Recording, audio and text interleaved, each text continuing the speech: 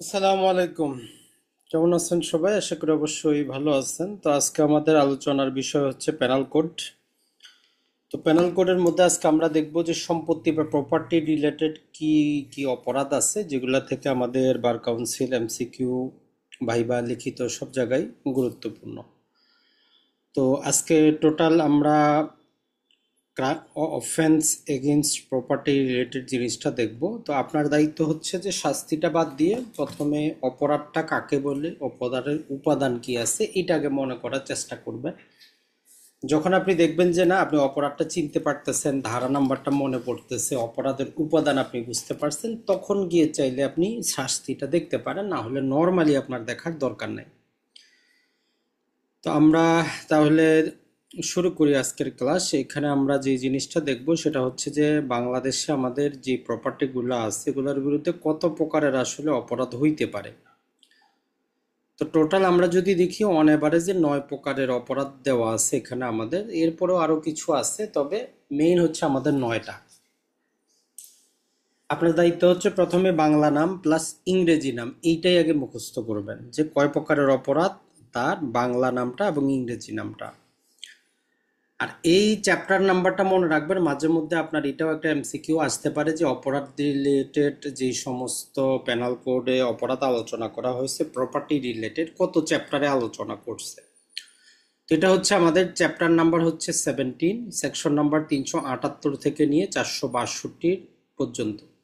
তাহলে এই যে এতগুলো সেকশন, এখানে শুধু আমাদের প্রপার্টি রিলেটেড কি অপরাধ হইতে পারে ওইটা আলোচনা করছে। তো আপনি যদি ক্রিমিনাল লয়ার হইতে চান ভবিষ্যৎ জীবনে, তাহলে এইগুলো সম্পর্কে আপনার অবশ্যই উপাদানগুলো ভালো করে জানা থাকতে হবে। যে পুলিশ বলতেছে একটা চুরি, আপনি বলবেন যে না এটা চুরি না। পুলিশ বলতেছে দস্যুতা, আপনি বলবেন যে না। পুলিশ বলতেছে ডাকাতি, আপনি বলবেন না। তো কখন আপনি বলতে পারবেন? যখন তার উপাদানগুলো আপনি বুঝতে পারবেন যে এটা চুরি হইল কিনা, দস্যুতা হইল কিনা, রবারি হইল কিনা, তখনই আপনি কিন্তু পারবেন। তো 1 নম্বরে আমরা যেটা পাবো সেটা হচ্ছে যে চুরি বা থেফট আমরা পাবো এখানে মোটামুটি। তো এইটা আমাদের জন্য গুরুত্বপূর্ণ। সবচেয়ে বেশি গুরুত্বপূর্ণ হচ্ছে চুরি।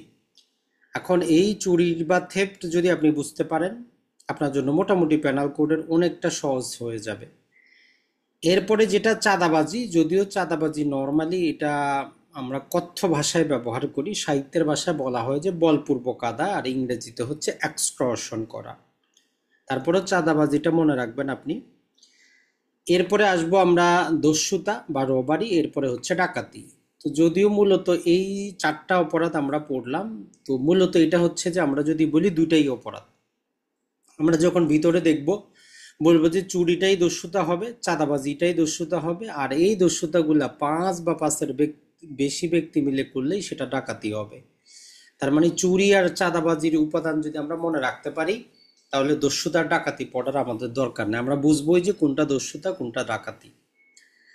এরপরে আমরা যেটা পাবো সেটা হচ্ছে যে অপরাধমূলক আত্মসাৎকরণ সম্পত্তি, ক্রিমিনাল মিস অ্যাপ্রোপ্রিয়েশন। আমি আপনার সম্পত্তি আত্মসাৎ করে নিলাম, আপনি আমার সম্পত্তি আত্মসাৎ করলেন, তো এটারও কিছু উপাদান আছে।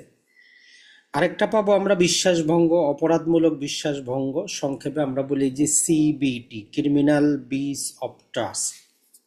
তাহলে অপরাধমূলক বিশ্বাসভঙ্গ এটাও আমাদের জন্য গুরুত্বপূর্ণ। আর আমাদের জাতীয় যে অপরাধ সেটা হচ্ছে চিটিং। আমরা সবাই বলি যে সে আমার সাথে চিট করলো। আসলে আইনে কাকে চিটিং বলে, আইনে কাকে প্রতারণা বলে, এটা আমরা এই সেকশনটা পড়লে বুঝতে পারবো। এরপরে একটা পাবো আমরা বিনষ্টকরণ বা মিসচিপ। আর একটা হচ্ছে আমাদের যে অনুপ্রবেশ, মানে যেখানে আপনার প্রবেশ করার দরকার নেই, আপনি অযথা প্রবেশ করলেন। তাহলে প্রথমে আপনার দায়িত্ব হচ্ছে এই 9টা অপরাধের নাম বাংলা এবং ইংরেজি আপনি মুখস্থ করবেন। এরপরে ভিতরে একটা একটা করে উপাদানগুলোর মধ্যে আমরা যাব। তবে প্রথমে হচ্ছে আমাদের চুরি বা থেফট, এরপরে হচ্ছে এক্সটর্শন বা বলপূর্বক আদায়, রবারি বা দস্যুতা, আর ওই যে ডাকাতিটা আমাদের ডেকয়েটি, জাস্ট উচ্চারণটা একটু পার্থক্য। আর criminal misappropriation, criminal breach of trust, cheating, mischief, আর হচ্ছে আমাদের অনুপ্রবেশটাকে আমরা যদি বলি সেটার নর্মাল ইংরেজিগুলো এক হয়, বেয়ার অ্যাক্টের ভাষাটা কিন্তু একটু অন্যরকম হয়, ওইটা একটু মনে রাখবেন। যেমন ধরেন যে আমরা ফ্রড মানে প্রতারণা জানি, কিন্তু এইখানে প্রতারণা ব্যবহার করা হয়েছে চিটিং মানে প্রতারণা। তো এইরকম কমন ইংরেজিগুলো কিন্তু আপনার ব্যবহার করলে চলবে না, যেটা আইনে আছে ওইটা বুঝতে হবে। তাহলে এই যে আমরা 415তে যেটা চিটিং পাবো, এই চিটিংটা হচ্ছে আমাদের প্রতারণা, যদিও ফ্রড মানেও প্রতারণা। তো ফ্রড হচ্ছে একটা সংক্ষিপ্ত যদি বলি যে ছোট ন্যারো অর্থে ব্যবহৃত হয়, আর চিটিংটা একটা বিশদ অংশে ব্যবহৃত হয়। আর এটা হচ্ছে আমাদের ক্রিমিনাল অনুপ্রবেশটা যদি আমরা দেখি, জাস্ট মনে আসতেছে না, একটু পরে আমরা পড়বো, আসবে। তাহলে আপনি এই 9টা জিনিস আগে ক্লিয়ার করে নেবেন। পাশাপাশি আমরা এর ভিতরে আরো 2টা পাবো, একটা হচ্ছে স্টোলেন প্রপার্টি বা চোরাই মাল, আর একটা পাবো আমরা হাউস ব্রেকিং। এই টোটাল 11টা যদি আপনি পড়তে পারেন যথেষ্ট, এর চেয়ে বেশি কিন্তু কিছু নাই।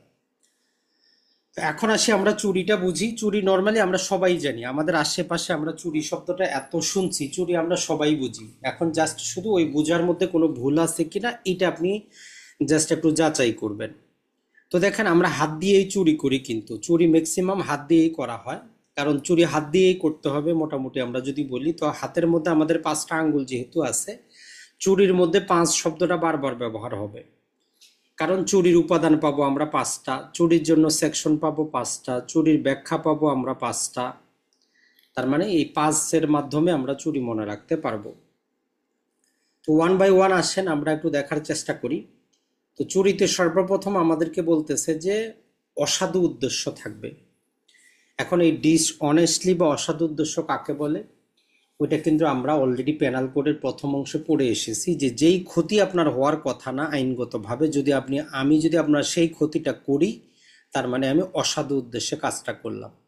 বা যেই লাভ আমার আইনগতভাবে হওয়ার কথা না, যদি ওই লাভটা আমি করি, তার মানে আমি অসাধুভাবে লাভ করলাম। যেমন ধরেন যে আমার মোবাইলটা হাতে আছে, আমার কাছে থাকবে, আমি রাখার অধিকারী। এখন আপনি আমার কাছ থেকে নিয়ে গেলেন আমার অনুমতি ছাড়া। তো আপনি করলেনটা কি, আমার একটা ক্ষতি করলেন, যে ক্ষতিটা আমার হওয়ার কথা না। আর আপনি এটা নিয়ে লাভ করলেন, যে লাভটা আপনার হওয়ার কথা না। আইনের ভাষা এটাকে বলেছে ডিসঅনেস্টলি। তাহলে চুরির 1 নম্বর কন্ডিশন হচ্ছে যে আপনার উদ্দেশ্যটা কি। তাহলে ডিসঅনেস্ট একটা ইন্টেনশন থাকবে। এরপরে যেটা বলতেছে যে আসলে আমাদের অস্থাবর সম্পত্তি হবে চুরির বিষয়বস্তু। কখনো আপনি শুনবেন না যে আপনার জমি কেউ চুরি করে নিয়ে যায়, আপনার বাড়ি কেউ চুরি করে নিয়ে যায়।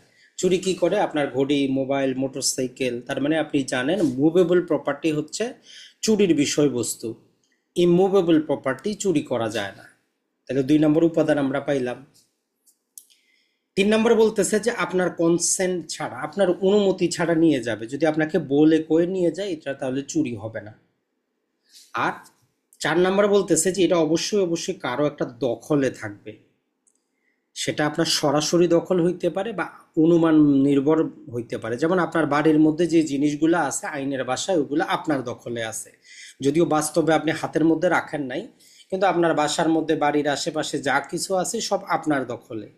এখন আপনি যদি ফাঁকা রাস্তার মধ্যে একটা জিনিস পান, ওইটা যদি নেন, ওইটা চুরির মধ্যে আসবে না, ওইটা অন্য ডেফিনেশনে যাবে। আর সর্বশেষ হচ্ছে যে আপনি কি করবেন, ওই জিনিসটা যেই জায়গায় আছে ওই জায়গা থেকে একটু স্থানান্তর করবেন। আপনাকে একদম নিয়ে যাইতে হবে এমন না। ধরেন যে ক স্থানে আছে, আপনি একটু ধাক্কা দিলেন, খ স্থানে গেল, চুরি সংগঠিত হয়ে গেছে। তাহলে চুরি বুঝতে আমরা উপাদানটা বুঝবো, যে চুরি করার মেইন কন্ডিশন হচ্ছে আমার ইন্টেনশনটা কি। আমরা যখন ভিতরে আপনি 16টা উদাহরণ দেওয়া আছে, ওই উদাহরণগুলোতে মাঝে মধ্যে ওই উদাহরণগুলো আপনার এমসিকিউতে আসে। যেমন সাপোজ ধরেন যে বর্ষাকাল চলতেছে, এখন বৃষ্টি হচ্ছে, আপনার পাশের ভাড়াটিয়া সে কি করছে, কাপড় চোপড় বাইরে দিয়ে গেছে। এখন বৃষ্টি আসতেছে দেখে আপনি কি করলেন, কাপড় চোপড়গুলো আপনার ঘরে রাখলেন, কারণ হচ্ছে যে বৃষ্টি আসলে কি হয়ে যাবে, তার কাপড়গুলো ভিজে যাবে। আপনার ইন্টেনশনটা কি, যাতে তার ক্ষতি না হয়। এখন সে আসার পরে যদি আপনার নামে চুরির মামলা দেয়, আপনি এখানে আপনার ইন্টেনশনটা যদি প্রকাশ করতে পারেন, তাহলে আপনি চুরি করেন নাই। তার মূল উদ্দেশ্যটা কি, চুরির সব উপাদান কিন্তু ফুলফিল হয়েছে। দেখেন, শুধু উদ্দেশ্যটা ছাড়া আপনি স্থানান্তর করছেন, ওইটা তার দখলে ছিল, তার সম্মতি ছাড়া একটা মুভেবল প্রপার্টি আপনি নিয়ে আসছেন, চুরি সংগঠিত হয়েছে। কিন্তু যখন ব্যাখ্যাগুলো পড়বেন, বলতেছে যে আপনার ইন্টেনশনটা আমরা আগে দেখব। তাহলে চুরির ক্ষেত্রে মেইন আমরা প্রথমে দেখব কি, যে ইন্টেনশনটা কি, আমি যে আপনার জিনিসটা নিলাম এর মূল উদ্দেশ্যটা কি। যদি অসাধু উদ্দেশ্য থাকে চুরি হবে, না হলে হবে না। আর যে কোনো মুভেবল প্রপার্টি হবে চুরির বিষয়বস্তু, ইমুভেবল প্রপার্টি কিন্তু হবে না। তো এরকম আমাদের 5টা ব্যাখ্যা দেওয়া আছে। তো ব্যাখ্যাগুলো আমরা একবার ছোট্ট করে মনে রাখবো। প্রথমে বলতেছে যে যেই জিনিসটা মাটির সাথে সংযুক্ত, যেমন ধরেন তো আমাদের জমি আছে, তো জমিটা কোনো প্রকার চুরির বিষয়বস্তু না। মাটির সাথে গাছ লাগানো আছে, মাটির সাথে আপনার ব্রিজের ফিলারগুলো আছে, তো এগুলা নর্মালি চুরির বিষয়বস্তু না। তাহলে চুরির বিষয়বস্তু যেগুলো মাটির সাথে সংযুক্ত আছে এগুলো চুরির বিষয়বস্তুই না। তো 2 নাম্বার তার থেকে একটু এগিয়ে গিয়ে বলে যে মাটি থেকে যদি আমরা ওগুলোকে বিচ্ছিন্ন করি তাইলে চুরির বিষয় হইতে পারে। মানে আপনি গাছটা কেটে দিলেন, তো কাটলে তখন কি এটা চুরির বিষয়বস্তু হবে? আর এইখানে বলতেছে যে যখন আপনি এটা মাটি থেকে কেটে দিলেন চুরির বিষয়বস্তু হইল, তো তখন ওই কাটার সাথে সাথেই চুরি সংগঠিত হবে, ওইটা অ্যাটেম্প টু থেফট কিন্তু হবে না। কেমন, জাস্ট একটা উদাহরণ দিয়ে যদি আপনি বুঝেন তাহলে আপনার জন্য ভালো হবে। যে ধরলাম যে এখানে একটা গাছ আছে, তো এই প্রথম সেকশন কি বলতেছে যে এটা যেহেতু মাটির সাথে লাগানো আছে এটা কোনো চুরির বিষয় না, মানে এটা চুরি করা যায় না। দ্বিতীয় উদাহরণ বলতেছে যে আপনি কি করলেন, এইটাকে যখনই মাটি থেকে কর্তন করবেন, ওই কর্তন করা মাত্রই চুরি সংগঠিত হয়ে গেছে। আপনি এখনো নিয়ে যান নাই, ওইখানেই পড়ে আছে, তারপর আপনি চুরি করছেন। এইটা হচ্ছে জাস্ট একটা বিষয়। কারণ প্রথমে আমরা বলছি মাটির সাথে সংযুক্ত জিনিস চুরির বিষয়বস্তু না। দ্বিতীয়ত বলতেছি মাটি থেকে যখনই আপনি এটাকে বিচ্ছিন্ন করবেন তখনই চুরির বিষয়বস্তু। আর যেহেতু এটা দাঁড়ানো ছিল, এটা আপনি কি করলেন, বিচ্ছিন্ন করলেন, ওইখানেই পড়ে আছে, স্থানান্তর সংগঠিত হয়েছে। তাহলে এখন আমরা দেখবো যে কন্ডিশনগুলো ফুলফিল করতেছে কিনা। আপনি গেছেন চুরি করতে, অসাধু উদ্দেশ্য, ওইটাকে আমরা ইমুভেবল ছিল মুভেবল বানাইছি কর্তন করার পরে। আমার সম্মতি কোনো ছিল না, একজনের দখলে ছিল, স্থানান্তর ঘটছে, অতএব চুরি সংগঠিত হয়ে গেছে। ওই গাছটা নিয়ে যাওয়ার দরকার নেই, কাটা মাত্রই চুরি সংগঠিত হয়ে গেছে। তো এটা অনেকেরই বুঝে আসে না, বলে যে ভাই গাছটা তো তার ওইখানেই আছে, গাছটা তো সে নিয়ে যায় নাই, তো চুরি করলো কিভাবে? কিন্তু উপাদান বলতেছে যে না, গাছটা তো দণ্ডায়মান ছিল, সে তো কর্তন করছে, তো গাছটা তো নিচে পড়ছে, তার মানে চুরি সংগঠিত হয়ে গেছে। এটা বলতেছে যে আমাদের 2 নাম্বার ব্যাখ্যাটা। 3 নাম্বারে যেটা আমাদেরকে বলতেছে যে কোনো একটা জিনিস কোথাও কোনো একটা বাধা দ্বারা আছে, যেমন ধরেন যে গরু ছাগল যাদের আছে আপনি রশি দিয়ে কোথাও বেঁধে রাখেন যাতে গরুটা পালিয়ে না যায়। আমি কি করলাম, গিয়ে গরুর রশিটা খুলে দিলাম, গরু পালায়ে গেল। আমি কিন্তু পাইলাম না, কিন্তু তারপর আমি চুরি করছি, কারণ আমার ইন্টেনশন খারাপ ছিল, আপনার ক্ষতি করা। আপনার সম্মতি ছাড়া আমি গরুটারে কি করলাম, যে বাধা দ্বারা সে আটকানো ছিল ওই বাধাটা সরিয়ে দিলাম, তো আমি চুরি করে বসে আছি। এরপরে হচ্ছে যদি কোনো পশুকে আমরা গতির সঞ্চার করি, তো এইটা আপনি তো এখন বুঝবেন না, এখন তো আমাদের গাড়ির যুগ, তো আগে তো আর এত গাড়ি ছিল না, তখন বেশিরভাগই ধরেন যে ঘোড়া অথবা এই গাড়িগুলা ব্যবহার করে মালামাল এক স্থান থেকে অন্য স্থানে নিয়ে যাওয়া হইতো। তো এই দূর দূরান্তের পথ যাইতে তারা কি করতো, আশেপাশে কোনো জায়গা থাকলে সেখানে রেস্ট নিত, ঘুমাইতো, খাওয়া দাওয়া করতো।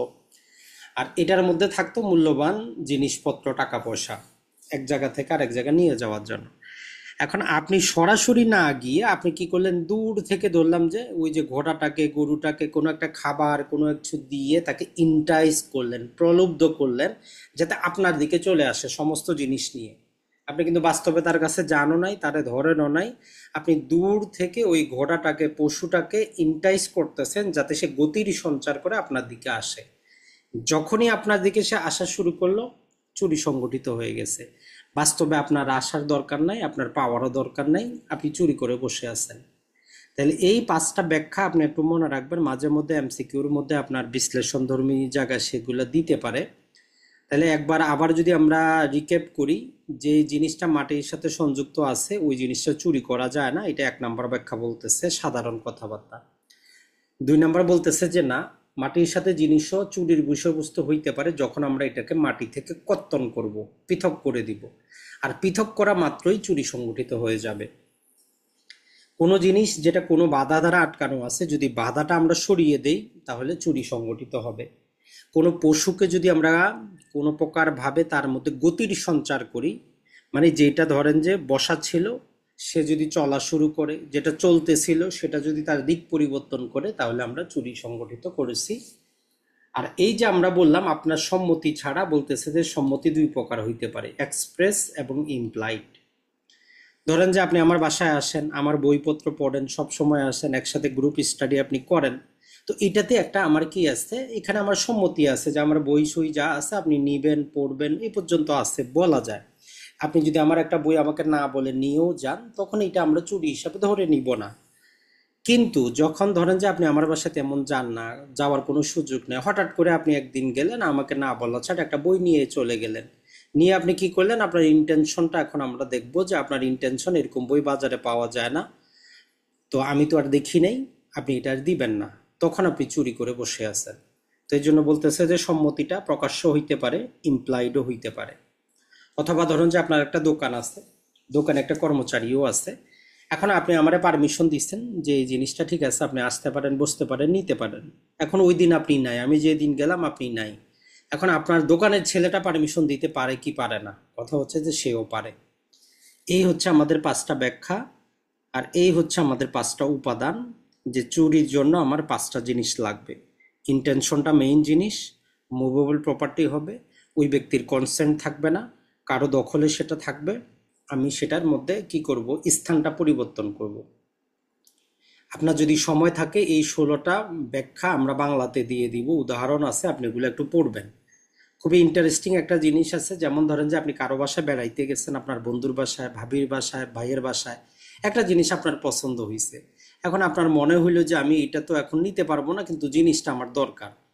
আপনি তাদেরই বাসার মধ্যে এমন এক জায়গায় রেখে দিলেন স্বাভাবিকভাবে, যেখানে তারা খুঁজে পাবে না। আপনি তাদেরই বাসায় রেখে চলে আসছেন, তারপরে আপনি চুরি করছেন। কারণ মালিক স্বাভাবিকভাবে ওইটা যেহেতু খুঁজে পাবে না, তাহলে আপনি চুরি করে বসে আছেন। কারণ আপনার ইন্টেনশনটা কি, যে পরবর্তীতে আপনি গিয়ে নিয়ে আসবেন। এই রকম বিভিন্ন প্রকার আপনার এই পাঁচটা উপাদান দিয়ে 16টা আপনার কি আছে, উদাহরণ দেওয়া আছে। ওই উদাহরণগুলা থেকে এমসিকিউ আসে, লিখিততে আসে। তো এগুলো একটু দেখার চেষ্টা করবেন। আর শাস্তিটা এখন আমরা দেখি, শাস্তিটা খুবই ইজি, মনে রাখার চেষ্টা করবেন। একটা যদি রিদম অনুসরণ করেন খুবই সহজে মনে থাকবে। এক নম্বরে যদি আমরা বলি, সেটা বলতেছে যে সাধারণ চুরি, যেখানে সেখানে আপনার কি হয়, আমাদের মানিব্যাগ চুরি হয়ে যায়, ঘড়ি চুরি হয়, মোবাইল চুরি হয়ে যায়, তো এগুলারে বলতেছে যে আমরা কমন থেফট। তাহলে সাধারণ চুরি হচ্ছে আমাদের 379-তে। এটা শাস্তি বলতেছে যে 3 বছর পর্যন্ত জেল হইতে পারে, অথবা জরিমানা, অথবা উভয়টাই হইতে পারে। তাহলে সাধারণ চুরি 3 বছর। এখন ধরেন যে আপনার বাড়ি ঘরে, বসত বাড়ি, অফিস আদালত, যেখানে গোডাউন জিনিসপত্র রাখা হয়, কোনো আবাসস্থল, কোনো গোডাউন যেখানে মানুষ বসবাস করে, এই রকম জায়গা থেকে যদি চুরি করে, তাইলে এটা একটু সিরিয়াস প্রকৃতির জিনিস, শাস্তিটা একটু বেড়ে যাবে, 7 বছর, এবং সাথে শাস্তি থাকবে। এখন আপনার নিজেরই লোক, আপন লোক, আপনার ঘরের লোক, যারা আপনার বাসায় কাজ করে, আপনার চাকর আছে, আপনার অফিসে আপনার কোনো সহকারী অফিসে ক্লক রাখছেন, তারা যদি চুরি করে, তাহলে তাকেও শাস্তিটা একটু বেশি দেওয়া হয়েছে, 7 বছর এবং জরিমানা। আর সর্বশেষ বলতেছে, যদি আপনি প্রস্তুতি সহকারে চুরি করতে যান, দুইটা উদাহরণ দেওয়া আছে, খুবই গুরুত্বপূর্ণ। তাহলে 382-তে কিছু পড়েন না না পড়েন, দুইটা উদাহরণ পড়বেন। একটা হচ্ছে, ধরেন যে আপনি যাচ্ছেন তো চুরি করতে, কিন্তু সাথে আপনি নিয়ে গেছেন পিস্তল, সাথে নিয়ে গেছেন বড় বিশাল একটা রামদা, যাতে কেউ বাধা দিলে আপনি ওই বাধাটা অতিক্রম করতে পারেন। তার মানে কি, আপনি গেছেন চুরি করতে, কিন্তু প্রস্তুতি নিয়ে গেছেন কি করার জন্য, বাধা দিলে তারে মেরে ফেলবেন, অথবা তারে আঘাত করবেন, অথবা তারে আটক করবেন। যদি এই রকম প্রস্তুতি সহকারে আপনি যান, আপনার শাস্তিটা 10 বছর পর্যন্ত হইতে পারে। তো এরকম একটা উদাহরণ দেওয়া আছে, যে একজন গেল, গিয়ে সে কি করছে, তার প্যাকেটের মধ্যে পিস্তলটা শুধু নিয়ে গেছিল, সে ব্যবহারও করে নাই, সে চুরি করে চলে আসছে। তো এটার আমরা 382-র অধীনে নিব, যে সে প্রস্তুতি সহকারে গেছে, তার শাস্তিটা বেশি হবে। আর একই রকম ভাবে, যেমন ধরেন যে রাস্তাঘাটে 3-4জন চোর মিলে গেছে একটা মোবাইল চুরি করবে কারো কাছ থেকে, এখন এরকম আগে থেকে পজিশন নিয়ে আছে যে আপনি এখান থেকে যাবেন, আপনার মোবাইলটা নিয়ে এসে পালাবে। আর আপনি যদি বাধা দেন, পূর্ব থেকে লোক ফিক্স করা আছে যে আপনার মারে তারা চলে যাবে। তো এটা হচ্ছে কি, প্রিপারেশন সহ যাওয়া, প্রস্তুতি সহ যাওয়া। তো এই সাধারণ চুরিটাও তখন 382-তে চলে আসবে, যেখানে প্রস্তুতি আছে, যে আপনাকে সাপোর্ট করার জন্য 2জন রেডি আছে, তাহলে এটা আমরা বলবো প্রস্তুতি। তাহলে প্রস্তুতি আপনার অ্যামুনিশন দ্বারাও হইতে পারে, প্রস্তুতি আপনার সাপোর্টিং হিউম্যান দ্বারাও হইতে পারে। তো তখন এই উদাহরণ বলতেছে যে আপনার শাস্তিটাও 10 বছর পর্যন্ত হয়ে যাবে, এবং সাথে শাস্তি। তো এই হচ্ছে টোটাল আমাদের চুরির প্যাকেজ। এখন এখান থেকে আপনার এমসিকিউ যে মোটামুটি 4-5 প্রকারের এমসিকিউ হইতে পারে। একটা হচ্ছে যে চুরির ডেফিনেশন কোথায় দেওয়া আছে 378। এরপরে হচ্ছে যে আপনার চুরির উপাদান 5টা, এই 5টা দিয়ে দিবে যে কোনো একটা, যে কোনটা চুরি না বা কোনটা চুরির উপাদান না। তাহলে মুভেবল প্রপার্টি, কনসেন্ট লাগবে, কারো দখলে থাকবে, দখলচ্যুত করব, আর ইন্টেনশনটা মেইন আমার অসাধু উদ্দেশ্য। আর চুরির যে 5টা ব্যাখ্যা এগুলো সরাসরি আসে না, কোনো একটা উদাহরণ দিয়ে আপনার কাছে আসতে পারে। তাহলে এগুলো একটু বোঝার চেষ্টা করবেন যে যতক্ষণ পর্যন্ত মাটির সাথে লাগানো চুরির বিষয়বস্তু না, মাটি থেকে কর্তন করলাম চুরির বিষয়বস্তু, এবং কর্তনের সাথে সাথে চুরি সংগঠিত। কোনো একটা জিনিসকে একটা নির্দিষ্ট জিনিস দ্বারা বেঁধে রাখা হয়েছে, আপনি শুধু ওই বান্ধন যেটা আছে সেটা ছেড়ে দিলেন, চুরি করে ফেললেন।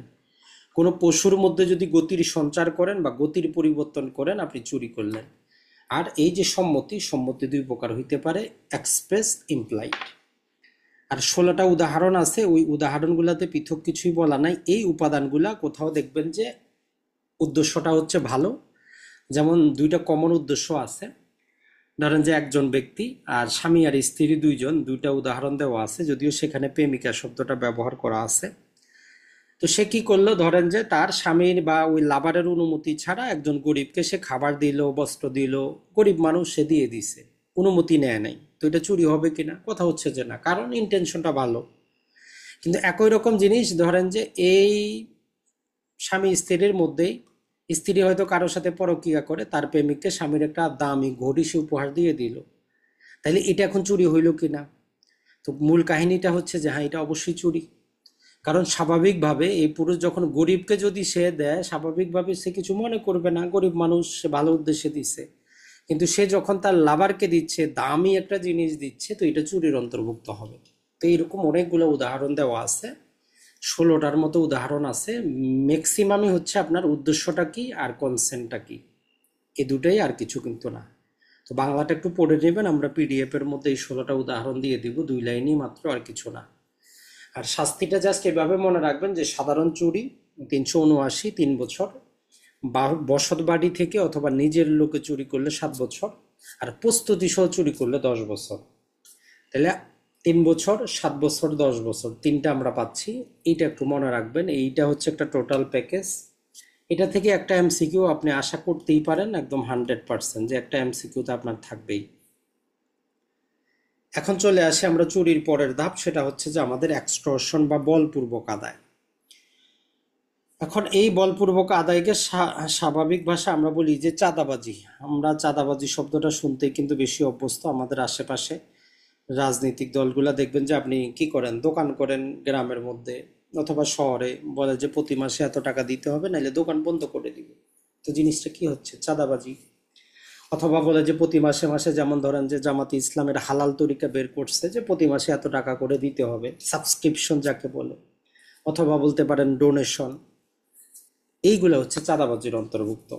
তো এটা না দিলে কি হবে, কি উপাদান থাকলে আমরা বলবো, আর কখন বলবো যে এটা চাঁদাবাজি না, এটাই আলোচনা করে আমাদের বলপূর্বক আদায় 383 থেকে নিয়ে 389। এখন আসি সর্বপ্রথম আমরা ডেফিনেশনে। 383 আমাদেরকে যেটা বলতেছে যে 1 নম্বর হচ্ছে ইন্টেনশনালি, ইচ্ছাকৃতভাবে। মানে আপনি যেটা করতেছেন, আপনি বোনাফাইডলি করতেছেন না, আপনি জানেন কি করতেছেন, এই জন্য বলতেছে যে ইন্টেনশনালি। কোনো ব্যক্তিকে অথবা তার সংশ্লিষ্ট কোনো ব্যক্তিকে, যেমন ধরেন যে আপনাকে, আপনার ছেলেকে, আপনার মেয়েকে, আপনার বাবা, মানে যাদের সাথে আপনি সম্পর্কযুক্ত, হয় আপনাকে অথবা আপনার সাথে সংশ্লিষ্ট ব্যক্তিদেরকে ক্ষতির ভয় দেখিয়ে। তাহলে একটা উপাদান কি আমরা পাইলাম? ক্ষতির ভয় দেখাবে আপনার, ইনজুরির ভয় দেখাবে। ইনজুরি মানে কি? প্যানাল করে ইনজুরি মানে 4টা জিনিস। 1 নাম্বার হচ্ছে যে আপনার শরীরের হইতে পারে, সম্পত্তির হইতে পারে, রেপুটেশনের হইতে পারে। ওই রকম প্যানাল কোডের ইনজুরি মানে কিন্তু শুধু আঘাত পাওয়া না, প্যানাল কোডের ইনজুরি বলতে অন্য জিনিস কিন্তু বোঝায়। আরেকটা কন্ডিশন হচ্ছে কি? অসাধুভাবে। তাহলে দেখেন, এই যে আমরা যখন এক্সটর্শন বুঝতে যাব, 1 নম্বর হচ্ছে ইন্টেনশনাল, 2 নম্বর হচ্ছে ওই ব্যক্তি বা তার ব্যক্তির সাথে সংশ্লিষ্ট কোনো ব্যক্তি, তাকে আমরা ক্ষতির ভয় দেখাবো। অসাধুভাবে তার কাছ থেকে কোনো টাকা পয়সা নিব, তার কাছ থেকে কোনো সম্পত্তি নিব, তার কাছ থেকে কোনো ডোনেশন নিব, তাকে কোনো সাবস্ক্রিপশনে বাধ্য করাবো, কোনো মূল্যবান জামানতে স্বাক্ষর করাইতে বাধ্য করাবো। যেমন ওই তো বললাম প্রতি মাসে এত টাকা করে দিবেন, দোকান করবেন, নাইলে দোকান করতে পারবেন না। তো আপনারা কি দেখাচ্ছে? আপনার একটা সম্পত্তির ক্ষতি দেখাচ্ছে। এটা ছাড়া আপনাকে কোনো সম্পত্তি দিতে বলতে পারে, ডোনেশন দিতে বলতে পারে, যে প্রতি মাসে ঠিক আছে চাঁদা দেওয়ার দরকার নেই, 100 টাকা করে ওই যে জামাত ইসলাম করে আপনি কি করবেন, ডোনেশন দিবেন, নাইলে আপনি কি করতে পারবেন না, থাকতে পারবেন না। অথবা কোনো একটা তাদের সেবা সাবস্ক্রিপশন করার জন্য বলবে যে প্রতি মাসে আপনি এটা নিবেন। যেমন আছে কিছু দল আছে যে প্রতি মাসে তার পত্রিকাটা কিনতে হবে, নাহলে আপনার অফিসটা গুলিয়ে দিবে। তো এটা হচ্ছে একটা মডার্ন চাঁদাবাজি। ওই জন্য এটাকে পেনাল কোডে সংশোধন করে এই দুইটা কিন্তু আনা হয়েছে। তাহলে এই যে ডোনেশন আর সাবস্ক্রিপশন কিন্তু আগে ছিল না, এই যে ডোনেশন আর সাবস্ক্রিপশন পরবর্তীতে আনা হয়েছে, যেহেতু চাঁদাবাজির নতুন মডেল আসছে। মানে আপনারা চাঁদা নেয় না, তাদের 10 টাকার বই আপনারা বলবে যে 1000 টাকা দিয়ে কিনতে হবে। এখন আইনের কাছে গেলে সে বলে আমি তো চাঁদা নিইনি, আমি তার কাছে বই বিক্রি করছি, সে আমার টাকা বেশি দিচ্ছে। সেই জন্য বলতেছে যে না, ডোনেশন হোক সাবস্ক্রিপশন হোক, যদি সেখানে ইন্টেনশনালি হয়, আপনার ক্ষতির ভয় থাকে, অসাধু উদ্দেশ্য হয়, তাহলে ওই ডোনেশনটাও চাঁদাবাজি, ওই সাবস্ক্রিপশনটাও চাঁদাবাজি। অথবা যে কোনো মূল্যবান জামানত, ভ্যালুয়েবল সিকিউরিটিতে, যেমন ধরেন যে আমি আপনার কাছে গিয়ে বললাম যে ভাই চেক বইয়ে স্বাক্ষর করেন, নাহলে কিন্তু সমস্যা আছে। এটা হচ্ছে চাঁদাবাজি। দেখেন, চাঁদাবাজিতে কিন্তু আপনার তৎক্ষণাৎ কোনো ভয় নাই। আপনারা বলে নাই যে এখনই মেরে ফেলবো, এখনই কেটে ফেলবো। জাস্ট আপনার ভয়টা হচ্ছে কি নিকটবর্তী ভয়, যে আপনার দোকানটা হয়তো চলতে পারবে না, আপনার ছেলের হয়তো সমস্যা করবে, বাড়িতে হয়তো সমস্যা করবে। তো এইটা হচ্ছে যে আমার চাঁদাবাজি। তাহলে এই কয়টা উপাদান আপনার একটু মনে রাখতে হবে। তো এখানে দুইটা ব্যাখ্যা আছে। যেমন ধরেন যে কেউ বললো যে ভাই 5 লাখ টাকা কালকে পাঠাই দিয়েন, নাইলে আপনার ছেলেকে মনে হয় যে স্কুলের পরে আমার কাছে আটকে রাখতে হবে। তো আমি কি দেখাইলাম, আপনার ছেলেকে আটক রাখার আপনার একটা ক্ষতির ভয় দেখাইলাম। অথবা আটক করে রাখলাম, ফোন দিলাম যে ভাই দিয়া দিয়ে, নাইলে কিন্তু সমস্যা হবে। মানে ভদ্রভাবে আদায় করাটাই হচ্ছে চাঁদাবাজি।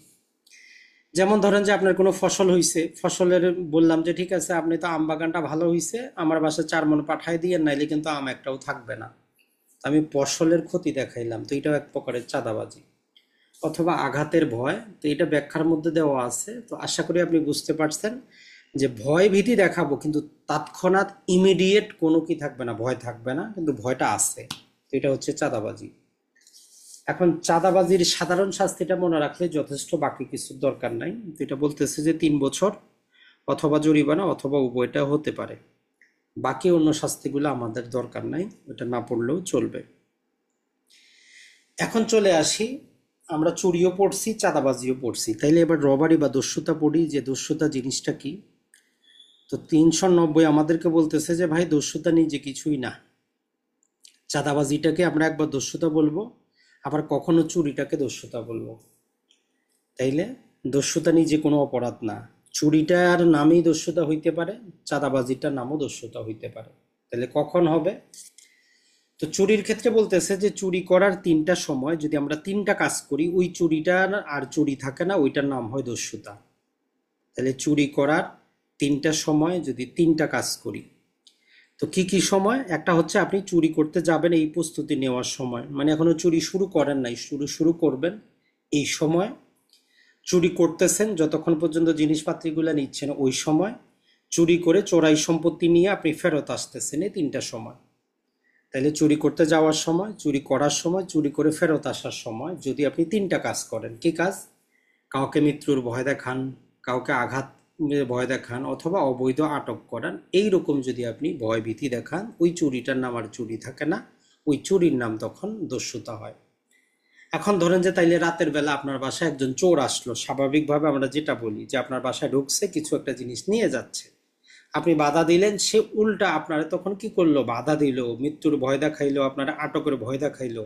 তাহলে একজনও যদি আসে, ওই চুরি আর চুরি নেই, ওইটার নামই দস্যুতা। তাহলে চুরি নিজে কিছু না, এখানে নির্ভর করে জাস্ট উপাদানগুলোর উপর। যদি আপনার কি থাকে, এইখানে যে আপনার মৃত্যুর ভয়টা দেখাচ্ছে, তৎক্ষণাৎ দেখাচ্ছে, ইমিডিয়েট, তার কাছে পিস্তল ছিল, বের করছে, আপনার দিকে তাকাই তাক করে রাখে আছে, তাহলে ওইটাকে আর আমরা চুরি বলবো না। এই যে তাহলে সূক্ষ্ম ব্যবধানটা দেখেন, এখন আপনার বিরুদ্ধে দেখবেন যে আপনার ক্লায়েন্টের বিরুদ্ধে দস্যুতার মামলা হয়েছে, কিন্তু এটা চুরির মামলায় চলে, বা দেখবেন চুরির মামলা হয়েছে কিন্তু হওয়া কথা ছিল এটা দস্যুতার মামলা। তো এই উপাদানগুলো যদি আপনি সূক্ষ্মভাবে একটু ধরতে পারেন, তাহলে পেনাল কোড কিন্তু মজার জিনিস খুবই, কারণ এগুলো তো আমাদের বাস্তব জীবনে আমরা জানি, চুরি জিনিসটা জানি, রবারি জিনিসটা জানি। তাহলে আমরা 390 বলতেছে যে ভাই চুরি রবারি নিজে কিছু না, দস্যুতাটাও আমাদের এক্সটর্শন একবার হইতে পারে অথবা চুরি হইতে পারে। তো চুরিটা কখন হবে? চুরি করার তিনটা সময়, তিনটা কাজ করলে ওই চুরির নাম হয় দস্যুতা। আর চাঁদাবাজি করার সময়ও যদি ইমিডিয়েট, তৎক্ষণাৎ, ইমিডিয়েট, ইনস্ট্যান্ট যদি আপনার মৃত্যুর ভয় থাকে, আঘাতের ভয় থাকে বা আটকের ভয় থাকে, আগের বেলা আপনার দোকানে আইসা বলতেছে কি আগামী কালকে দিয়ে দিয়ে, নাইলে সমস্যা হবে, এবার আইসা আপনার এখানে পিস্তল ধরে বলতেছে যে এখনই দিয়ে দেন। দুটার মধ্যে পার্থক্য চিন্তা করেন, একই উপাদান একই জিনিস, আগের বার ছিল আপনারা ভদ্রভাবে বলছে কালকে দিয়ে দিয়ে, নাইলে ছেলের সমস্যা হবে। এখন আপনার ঘাড়ে পিস্তল রাখে বলতেছে এখনই দেন নাইলে কিন্তু মেরে ফেলবো। বা আপনার ছেলেরা আটক রাখে আপনারা ফোন দিয়ে বলতেছে যে 2 লাখ টাকা এখনই পাঠান নাইলে ছেলে কিন্তু আর পাবেন না। উপাদান সবকিছু একই, শুধু পার্থক্যটা ইনস্ট্যান্ট হয়েছে, তৎক্ষণাৎ, ইমিডিয়েট ভয়। কিসের ভয়? মৃত্যুর ভয়, আঘাতের ভয় বা আটকের ভয়। তখন ওই চাঁদাবাজিটাকে আর চাঁদাবাজি বলবো না, বলবো যে আপনি দস্যুতা করছেন। তাহলে আশা করি এই থিওরিটা কাজে লাগাইলে 4টা অপরাধ আপনার মুখস্থ হয়ে যাওয়ার কথা: চুরি, দস্যুতা, চাঁদাবাজি। এখন চলে আসি তাইলে ডাকাতি কাকে বলে। এই যে দস্যুতা আমরা পড়লাম, এই কাজটা যখন 5 জন বা 5-এর অধিক ব্যক্তি মিলে করবে তখন তার নামটা হবে ডাকাতি। সব উপাদান এক, শুধু লোক সংখ্যা কম বেশি। তাহলে 5 অথবা 5-এর অধিক ব্যক্তি যদি এই দস্যুতাটা করে তখন তার নাম আমরা বলবো ডাকাতি। যেমন ধরেন যে আপনি নিউজে দেখবেন যে এই ব্যাংকে ডাকাতি হয়েছে, বলে যে আপনার 3 জন লোক আসছে ব্যাংক ডাকাতি করে চলে গেছে। তো আইনের দৃষ্টিতে 3 জন তো ডাকাতি করতে পারে না, ডাকাতি করতে সর্বনিম্ন কতজন লাগে? 5 জন লাগে। তার মানে নিউজটা যারা করছে তারা আইন সম্পর্কে জানে না।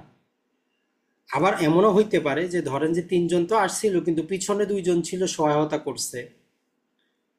তো ওই যে আমাদের ডাকাতির মধ্যে 2টা ডেফিনেশন দেওয়া আছে, যে 5 বা 5-এর অধিক ব্যক্তি, অথবা বলতেছে যে ওই অপরাধের সংশ্লিষ্ট টোটাল সংখ্যা 5 হইলেও ডাকাতি হবে। তাহলে এটাও মনে রাখবেন। মানে বাস্তবে 5 জন আসতে হবে এমন কথা না, 2 জনই গেছে কিন্তু পিছনে 3 জন সহযোগিতা করছে, তাহলে টোটাল কম্বাইন্ড প্যাকেজটা আমরা বলবো ডাকাতি। এইটা জাস্ট একটু মনে রাখবেন, এটা জিজ্ঞেস করে ডাকাতির লোক সংখ্যা কতজন হইতে হবে, তাইলে 5 জন হইলে আমরা ডাকাতি বলবো। আর এটা সরাসরি হইতে পারে, অথবা 2 জন 3 জন সরাসরি, বাকিটা পিছন থেকে সহযোগিতা করছে ওই ডাকাতিতে, তখন আমরা বলবো যে এটা হয়ে গেল ডাকাতি।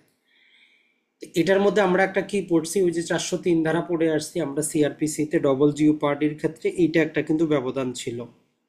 ধরেন যে কারো বিরুদ্ধে 3 জন পায়া আপনি দস্যুতার মামলা করলেন, 2 দিন পরে দেখা গেল পিছনে আরো 2 দিন ছিল, তাহলে ডাকাতির মামলা চলবে। তাহলে ওই দস্যুতার মামলা শাস্তি পাইলেও ডাকাতির মামলা আবার তার বিরুদ্ধে চার্জ কিন্তু গঠন করা যাবে। এটাই হচ্ছে পার্থক্য, আর কিছুই না। তাহলে আশা করি এই 4টা আপনি এখন একটু নিজে চিন্তা করেন যে আপনি চুরির মধ্যে আপনার কোনো কনফিউশন আছে কিনা, এক্সটর্শনে কনফিউশন আছে কিনা, দস্যুতাতে আছে কিনা, ডাকাতিতে আছে কিনা। এই মূল জিনিসটা আপনার কাছে যাবে, অন্য কিছু না। কত নাম্বার সেকশনে আছে, উপাদানটা কি। শাস্তিটা এখন আমরা দেখার চেষ্টা করি। এখানে টোটাল আমরা 6টা সেকশন শুধু একটু পড়বো। এখানে শাস্তিটা গুরুত্বপূর্ণ, দস্যুতার জন্য 3টা, ডাকাতির জন্য 3টা। তো নর্মালি যেটা বলতেছে যে আপনি যদি দস্যুতা করেন এর শাস্তিটা 10 বছর পর্যন্ত হয়, সাথে অর্থদণ্ড থাকবে। 392 কথাটা বলে। আর পিছন দিক থেকে একটা প্রোভাইজো লাগাই দিয়ে বলতেছে যদি আপনি এই যে মহাসড়ক গুলাতে যদি দস্যুতা করেন, মহাসড়কে, সেটা রাতে হোক বা দিনে হোক, তাইলে আপনার ওই শাস্তিটা 10 বছর থেকে বেড়ে 14 বছর হয়ে যাবে। তাইলে যে মাঝে মধ্যে দেখেন যে রাতের বেলা কি হয়, নাইট পোস্ট গুলা ডাকাতি হয়, দস্যুতা হয়, তো এদের শাস্তি বেশি হবে। এটা কি জন্য করছে?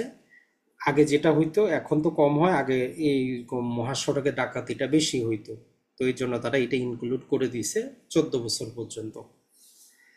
এরপরে ধরেন যে আপনি অ্যাটেম্প করলেন দস্যুতার, আপনি সাকসেসফুল হইতে পারেন নাই, তাহলে আপনার শাস্তিটা 7 বছর।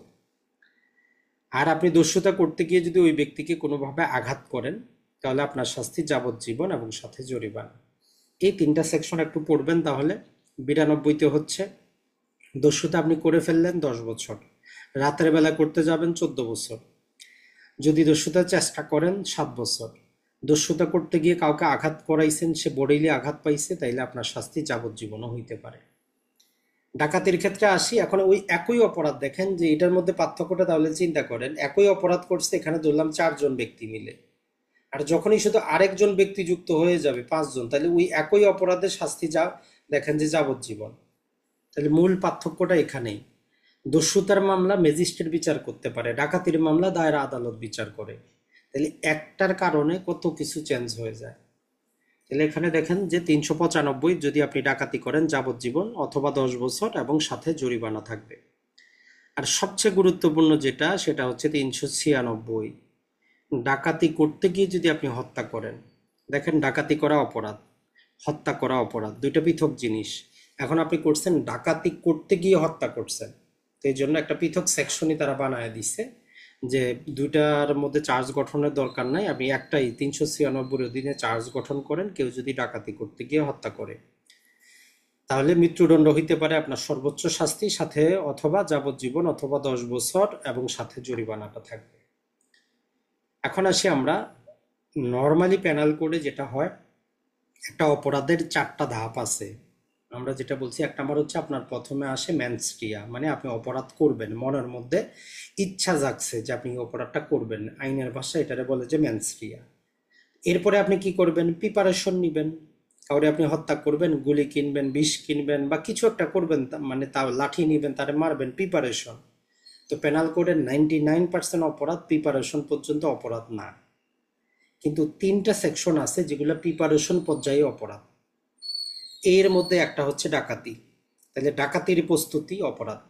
মাঝে মধ্যে জন্য নিউজে দেখবেন যে ওই গ্রামের বা মানে যে কোনো এক জায়গায় পুলিশ 10 জনকে গ্রেফতার করছে ডাকাতির প্রস্তুতিকালে, তো তার বিরুদ্ধে 399 ধারায় চার্জ গঠিত হবে। সে ডাকাতি করে নাই, চেষ্টাও করে নাই, সে জাস্ট প্রিপারেশন নিচ্ছে, তখন এই ধারা তার জন্য দেওয়া হবে। শাস্তি কি 10 বছরের পর্যন্ত জেল এবং সাথে জরিমানাও থাকবে। তাইলে এই একটাই হচ্ছে আমাদের। আর আরেকটা আমরা পাবো কয়েন রিলেটেড, যখন আমরা চ্যাপ্টারে যাব সেখানে বলে যে আপনি ওই যে জাল ধাতব মুদ্রা তৈরির যদি প্রিপারেশন নেন, ওইটাও অপরাধ। আপনি এখনো তৈরি করেন নাই কিন্তু আপনি প্রিপারেশন নিয়েছেন, ওই প্রিপারেশন পর্যায়ে অপরাধ। আরেকটা সেকশন আছে, টোটাল 3টা আমরা সেকশন পাবো পেনাল কোডে, যেখানে প্রিপারেশন পর্যায়ে অপরাধ করে দিছে তারা।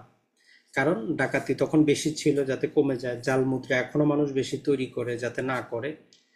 আরেকটা সম্ভবত যেটা আছে, আরেকটা জাস্ট এখন আমার মনে পড়তেছে না, আরেকটা সেকশন আছে যে যেটাও প্রিপারেশন পর্যায়ে আমাদের। আরেকটা হচ্ছে আমাদের দেশের বিরুদ্ধে যে আপনি ষড়যন্ত্র করবেন, দেশের বিরুদ্ধে ষড়যন্ত্রের প্রিপারেশন পর্যায়ে অপরাধ। এই 3টাই খুবই গুরুত্বপূর্ণ।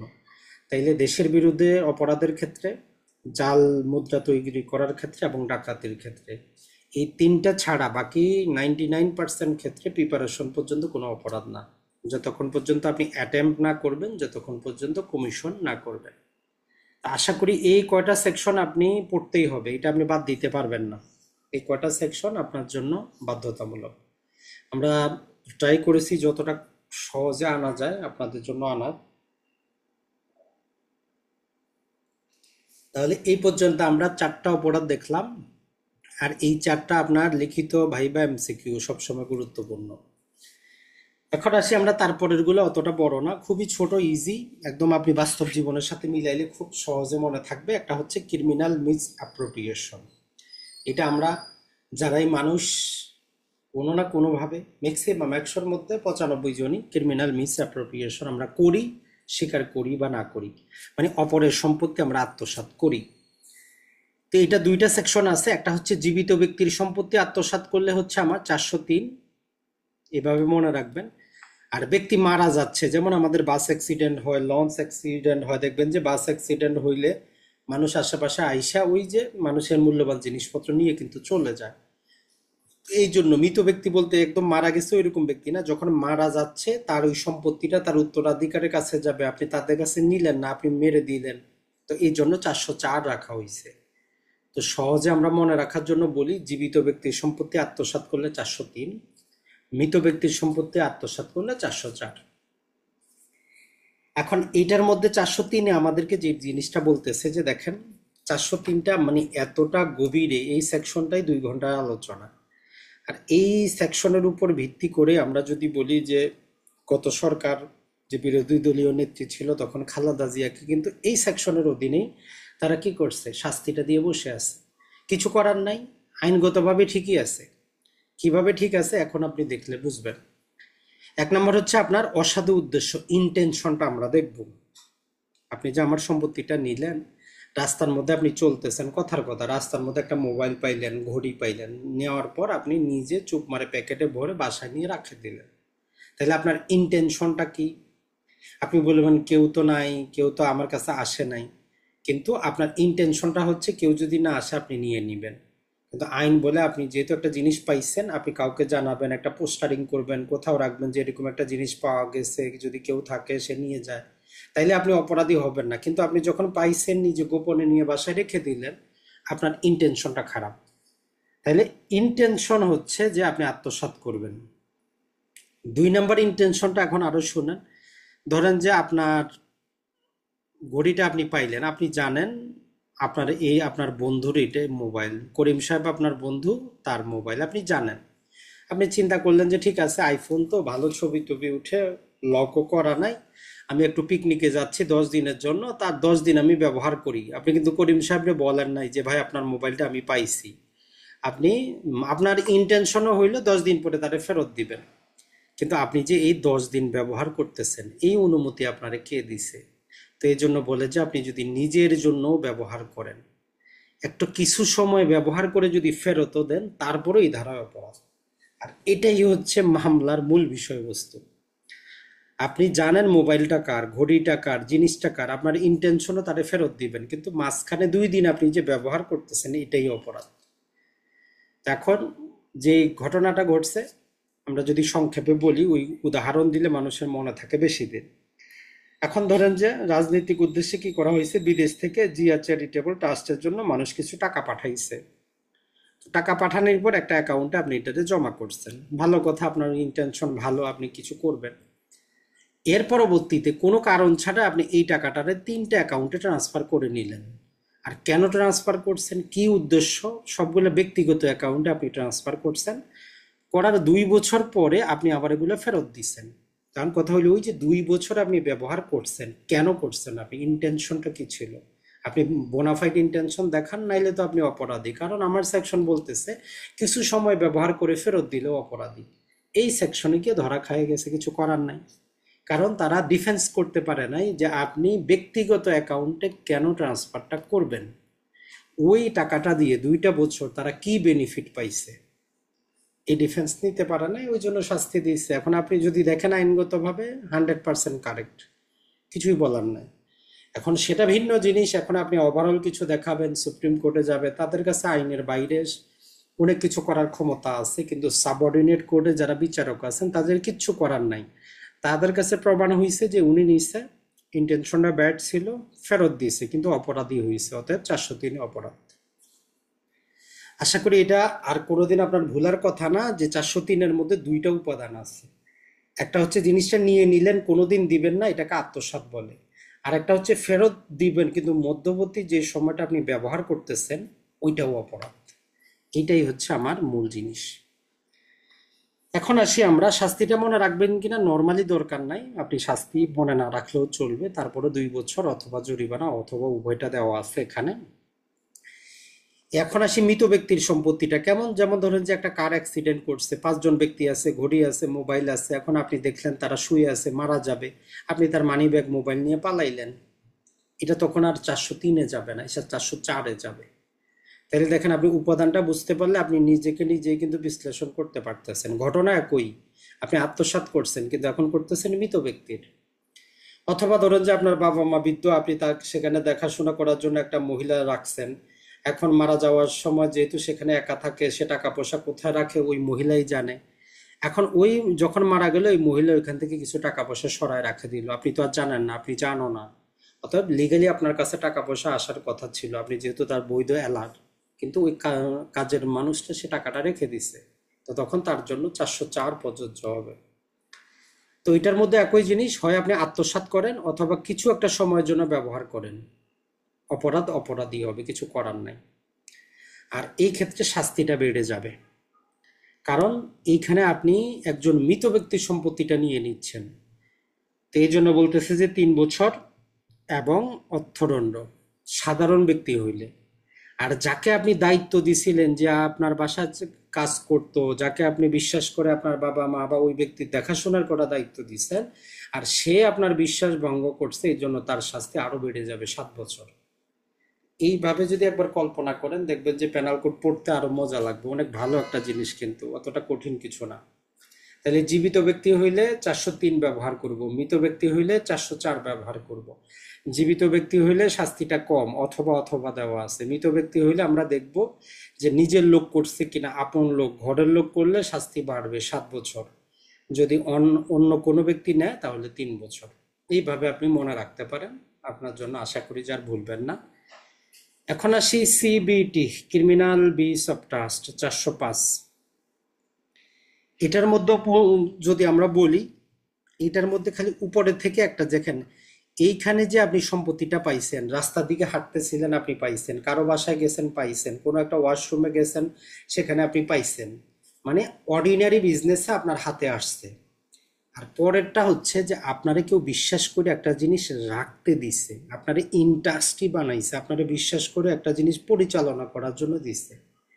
তাহলে ক্রিমিনাল ব্রিচ অফ ট্রাস্ট কখন হবে? যখন স্বাভাবিকভাবে আপনার কাছে আসলে চলে যাবে সম্পত্তি আত্মসাতে, আর যদি আপনারা কেউ বিশ্বাস করে দেয় তখন চলে আসবে সিবিটিতে।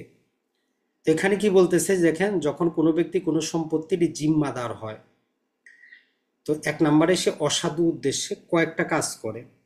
1 নম্বর হচ্ছে আপনি আত্মসাৎ করলেন, এটা আমরা সবাই বুঝি, মেরে দিলেন, দিবেন না। আর ধরেন যে আপনি কি করলেন, আপনি ঈদের সময় বাসায় যাচ্ছেন, আমি ঢাকায় থাকি, আমারে বললেন যে ভাই এই জিনিসটা আপনি রাখেন, আমি আসার পরে নিব, আসার পরে আমি বলতেছি আপনারা দিব না। তো এটা কি করলাম? আত্মসাৎ করলাম। এখন আপনি ব্যবহার করতেছেন, ব্যবহার করাটাও অপরাধ। যদি আপনি আমাকে একটা জিনিস দেন, যেমন বলে যে ইসলামে আমানতের খেয়ানত করা যাবে না, আমি কিছু আপনাকে জিনিস যেভাবে রাখতে দিই সেভাবেই থাকবে, আইন ওই কথাটাই বলে। আমি ব্যবহার করতে চাইলে আগে আপনার পারমিশনটা নিতে হবে।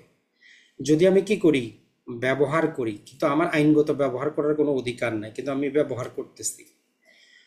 অথবা আমি আপনাদের নির্দেশ দিলাম, চুক্তি মোতাবেক নির্দেশ হইল কাজটা এইভাবে করতে হবে, অথবা চুক্তির মধ্যে আছে আপনি এইভাবে করবেন। যেমন ধরেন যে আপনি কোনো একটা বাসা হোক যাই হোক কিছু ভাড়া নিলেন, কিছু কন্ডিশন আরোপ করলেন যে আমার বাসায় থাকতে হলে আপনি এটা করতে পারবেন না, এটা করতে হবে, এটা করতে হবে, এটা করতে হবে। অলরেডি আপনারা একটা চুক্তির মধ্যে আছেন, আপনি তখন চুক্তির বাইরে গিয়ে সেটা ব্যবহার করতেছেন, তাইলেও আপনি ক্রিমিনাল ব্রিচ অফ ট্রাস্ট করলেন। সর্বশেষ, ইচ্ছাকৃত অন্যকে ব্যবহার করতে যদি আপনি অনুমতি দেন। কেমন হইতে পারে এটা? ধরেন যে আপনি অনেক বড় লোক মানুষ, ঢাকা শহরে আপনার 5 তলা বাড়ি তো বলবো না, ধরেন যে দোতলা, আপনার একটা সেই বিশাল ভালো ফার্ম হাউস আছে, ভালো আছে, সুইমিং পুল আছে, জিম আছে, এরকম আছে। কোরবানি ঈদে আপনি 10 দিনের জন্য গ্রামে যাচ্ছেন, তো বাড়ির কেয়ারটেকারকে আপনি যাবতীয় দায়িত্ব দিয়ে গেলেন যে আগামী 10 দিন দেখাশোনা করার জন্য। এই বেচারা আবার কি করলো, এই 10 দিনে সে সুযোগ পাইয়া বাইরের মানুষে সে বলল যে ঠিক আছে সুইমিং পুল ব্যবহার করবে, 1,000 টাকা দিবে, 5,000 টাকা দিবে, সে ব্যবহার করতে দিল। এখন সে করছেটাকে, সে কোন অপরাধ করছে? সে এই যে ইচ্ছাকৃতভাবে অন্যকে ব্যবহার করার জন্য সে পারমিশনটা দিছে, যদিও তার কাছে ওই পারমিশন নাই, আপনি দাঁড়িয়ে দিচ্ছেন শুধু দেখাশোনা করার জন্য। তো সেও তখন এই সিবিটির মধ্যে চলে আসবে। যেমন ধরেন যে আমাদের এটিএম সংখ্যা অনেক বেশি হয়েছে, আশেপাশে অনেক এটিএম প্রতিদিন টাকা জমা করে, বিভিন্ন সিকিউরিটি কোম্পানিগুলো আসে। এখন ধরেন যে একটা এ নামক একটা ব্যাংকে করলো, ওই কার্ডের মধ্যে তারা 1 কোটি টাকা দিল যে আজকে ঢাকা শহরে আমার 12টা এটিএমে আপনি টাকাগুলো দিবেন। এই কার্ডটা এরা টাকা নিয়ে পালাইলো। এখন আপনি কোন মামলা নিবেন? আপনি কি চুরি নিবেন, সম্পত্তি আত্মসাৎ নিবেন, না এই যে সিবিটিতে নিবেন? এখন এইটা আপনার পার্থক্য এত সহজে আপনি করতে পারবেন না যদি উপাদানগুলো আপনি না বুঝেন। আপনি কি করলেন, একটা ব্যাংক সিকিউরিটি কোম্পানিতে টাকা দিল তার এটিএম এ রাখার জন্য, সিকিউরিটি কোম্পানি টাকা নিয়ে পালাইছে। এখন আপনি মামলার চার্জশিটে কি বানাবেন? সে চুরি করছে, আত্মসাৎ করছে, না বিশ্বাস ভঙ্গ করছে? চিন্তা করেন দেখে একটু, কি মনে হয় সে করছেটাকে? আমরা তো তিনোটাই পড়লাম, সে কি চুরি করলো, না সে তার সম্পত্তি আত্মসাৎ করলো, না সে অপরাধমূলক বিশ্বাস ভঙ্গ করলো।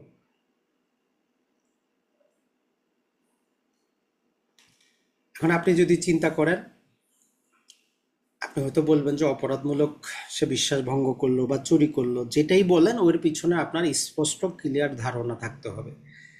ব্যাংক ওই সিকিউরিটি কোম্পানিরে বিশ্বাস করে দিয়েছে, তো সিবিটির মূল উপাদানটা কি আপনার কেউ ইন্ডাস্ট্রি বানাইছে, জিম্মাদার বানাইছে, আর আপনি তখন তার খেয়ানত করতেছেন। চুক্তি ছিল ব্যাংকে টাকা জমা করবেন এটিএমে, আপনি করেন নাই।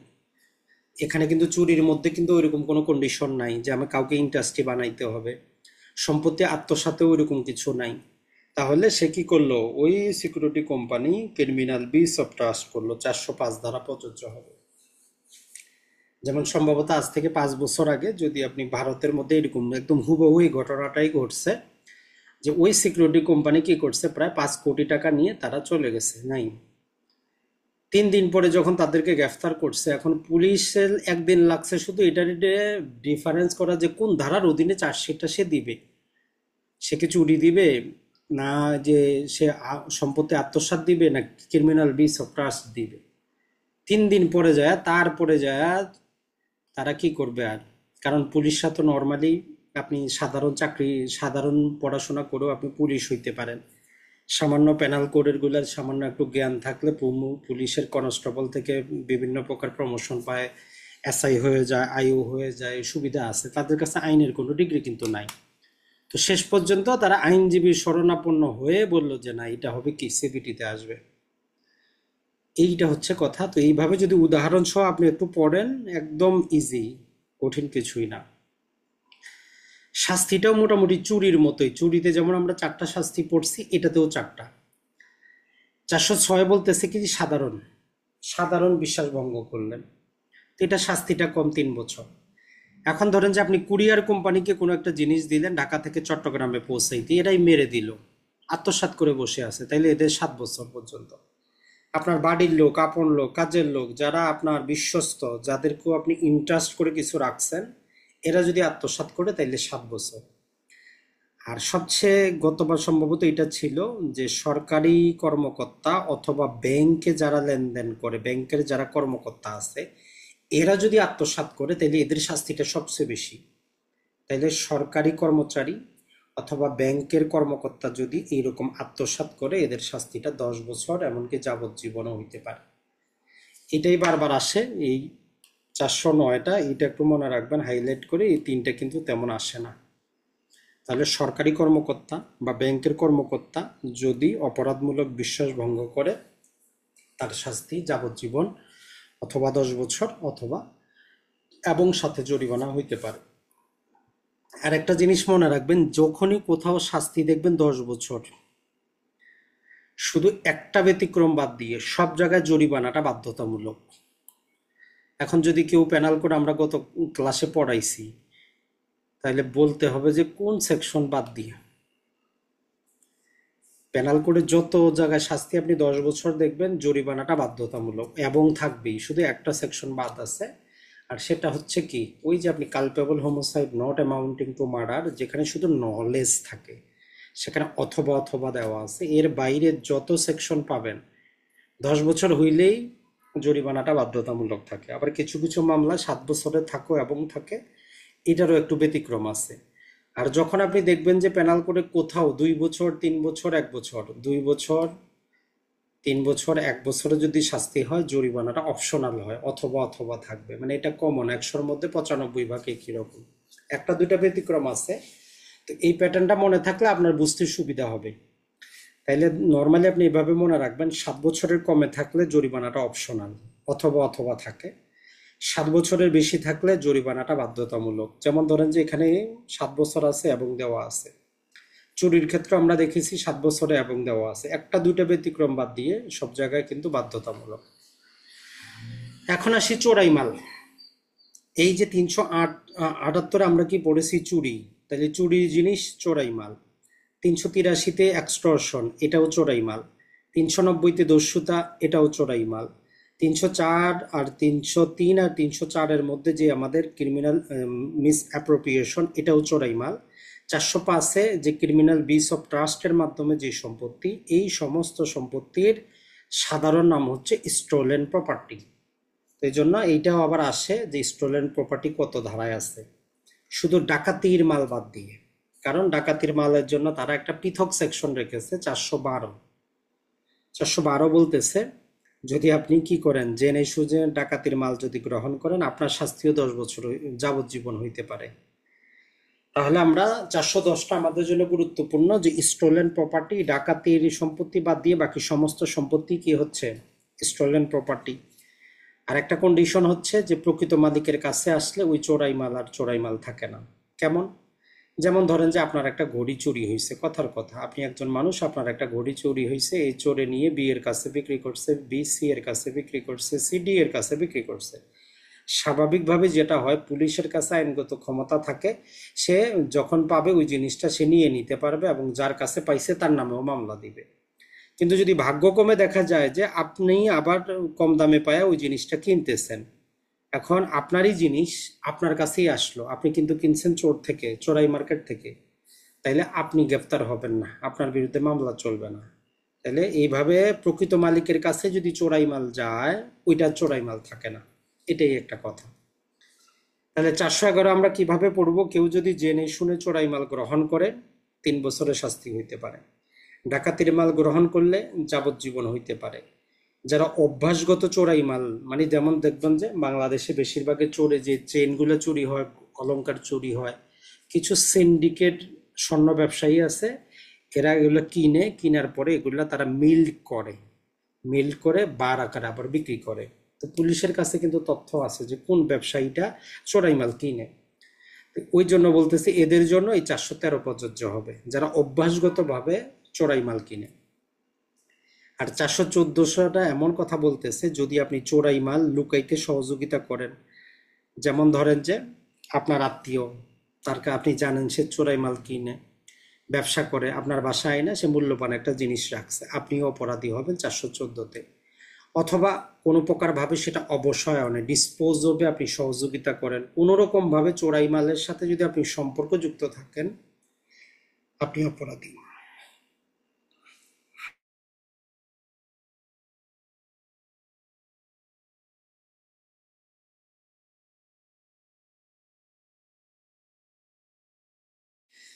তাহলে চোরাই মাল আমাদের এমন একটা জিনিস, এটার সাথে যদি আপনি কোনোভাবে সম্পর্কযুক্ত থাকেন 414তে আপনি অপরাধী হয়ে যাবেন।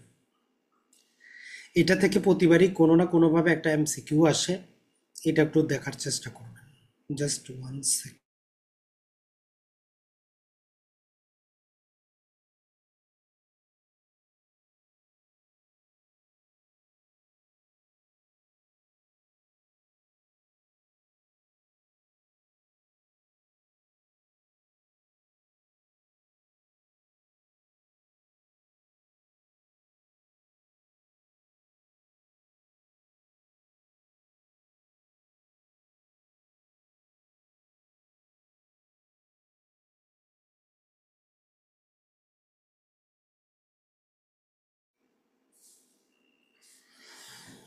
তাহলে আমরা দেখলাম এতক্ষণ চোরাই মাল, এরপরে আমরা যেটা দেখবো সেটা হচ্ছে যে আমাদের চিটিং বা প্রতারণা।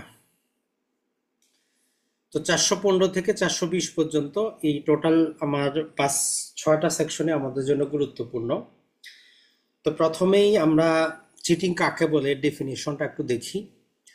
তো এখানে দুইটা শব্দ ব্যবহার করা হয়েছে, একটা যেখানে ফ্রডুলেন্টলি মানে প্রতারণামূলক ভাবে, আর একটা হচ্ছে ডিসঅনেস্টলি। হইতে পারে প্রতারণামূলক ভাবে অথবা অসাধু উদ্দেশ্যে। সম্পত্তি কাউকে দিতে আপনি কি করেন, কাউকে প্রলুব্ধ করেন, অথবা কারো কাছে একটা সম্পত্তি আছে এখন আপনি বলতেছেন যে ভাই নেওয়ার দরকার নাই, থাক। তাহলে এই দুইটার যে কোনো একটাই প্রতারণার মধ্যে আসবে। তাইলে আপনি প্রতারণামূলক অথবা অসাধু উদ্দেশ্যে যখন কাউকে কোনো সম্পত্তি অন্য কাউকে দেওয়ার জন্য প্রলুব্ধ করবেন, অথবা কোনো ব্যক্তি কারো কাছে টাকা পয়সা কোনো কিছু পাবে আর আপনি তারা এইভাবে প্রলুব্ধ করতেছেন যে থাক ভাই নেওয়ার দরকার নেই, এটাও এক প্রকারের চিটিং। কেমন হইতে পারে এইটা যদি আমরা দেখার চেষ্টা করি, আরো একটা পার্ট আছে এটার, এটা বলতেছে যে দ্বিতীয় পার্টে যেটা বলতেছে যে আপনি ইন্টেনশনালি ইচ্ছাকৃতভাবে কোনো ব্যক্তিকে কোনো কাজ করা বা বিরত থাকতে আপনি প্রলুব্ধ করতেছেন, আপনি প্রলুব্ধ না করলে ব্যক্তিটা স্বাভাবিকভাবে এটা করতো না। কেমন? ধরেন যে একজন আইসা, আপনি টাকা পয়সা আছে, আপনারা বলতেছে যে ভাই এই জায়গাটা নেন, কয়দিন পরে সরকার এখান থেকে একটা বিশাল বড় রাস্তা করবে, আর রাস্তা করলে আপনার জমির দাম 3 গুণ বাড়ে যাবে, আপনি কোটিপতি হয়ে যাবেন। কিন্তু স্বাভাবিকভাবে আপনি জমিটা কিনতেন না। কিন্তু সে আইসা আপনার এমন বুঝানি দিল, কিন্তু সম্পূর্ণ কিন্তু প্রতারণা, মানে এরকম কোনো রাস্তাও হবে না, কিছু হবে না। সে আপনার এমন বুঝানি দিছে, তার বুঝানিতে আপনি জমিটা নিচ্ছেন।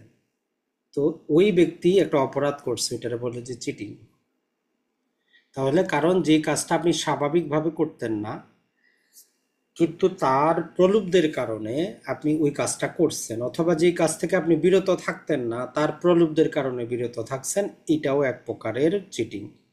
তাহলে চিটিং এর মধ্যে আমরা টোটাল 3টা কম্বাইন জিনিস পাচ্ছি। একটা হচ্ছে যে আপনি কাউকে প্রলুব্ধ করতেছেন তার সম্পত্তিটা কাউকে দিয়ে দেওয়ার জন্য, অথবা সে কারো কাছে কোনো টাকা পয়সা কোনো জিনিস পাবে, আপনি প্রলুব্ধ করতেছেন যে ভাই থাক, নিতে হবে না। অথবা আপনি কি করতেছেন, এমনভাবে প্রলুব্ধ করতেছেন, তাকে একটা কাজ করতে উৎসাহ দিচ্ছেন, স্বাভাবিকভাবে সে কিন্তু করতো না, বা সে সেখান থেকে বিরত থাকতো না। এই 4টা উপাদানের কোনো একটা যখন আমরা পাবো, আর যখন আমরা দেখতে পারবো যে এটা করা হয়েছে ফ্রডুলেন্টলি অথবা অসৎ উদ্দেশ্যে। কেমন হয় দেখবেন যে আশেপাশে গ্রামাঞ্চলে বিভিন্ন জায়গায় টাঙ্গাইল থেকে বিভিন্ন লোক যায় কাপড় বিক্রি করার জন্য। তো সেখানে তারা যায় বলে যে এই কাপড়টা স্বাভাবিকভাবে আপনি নিবেন না, বলে যে না এইটা একদম টাঙ্গাইলের একদম অরিজিনাল শাড়ি, অথচ এটা সে যে কোনো জায়গা থেকে একদম সস্তায় কিনছে। তো সে করলোটা কি আপনার সাথে করছে, সে প্রতারণা। নাইলে আপনি স্বাভাবিকভাবে কিন্তু ওই কাপড়টা কিনতেন না, কিন্তু সে এমন একটা কাজ করলো আপনারে, যার কারণে আপনি কিনলেন, তো সে আপনার সাথে প্রতারণা করলো। তাহলে এখন আমরা যেটা দেখলাম, একটা ব্যাখ্যা দেওয়া আছে, আমার ব্যাখ্যার মধ্যে বলতেছে যে তথ্য গোপন করাও প্রতারণা।